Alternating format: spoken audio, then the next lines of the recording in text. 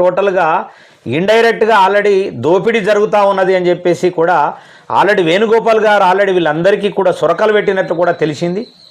మరి వాళ్ళ కోసం ఎంక్వైరీ చేస్తే వాళ్ళు చేసేటటువంటి విధానాలు సరి అయినటువంటి పద్ధతిలో లేవు అని చురకలు పెట్టినటువంటి స్టేట్మెంట్ కూడా మనం చూసినాం. మనం కొత్తగా చెప్పవలసిన అవసరం లేదు.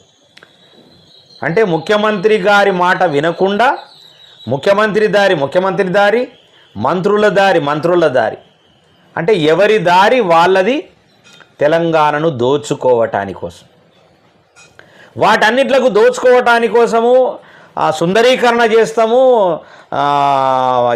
తర్వాత ఈ ఇండ్లు కడతాము, ఆ ఇండ్లు కడతాము, అది కడతాము, ఇది కడతాము, ఈ అన్నీ వస్తాయి.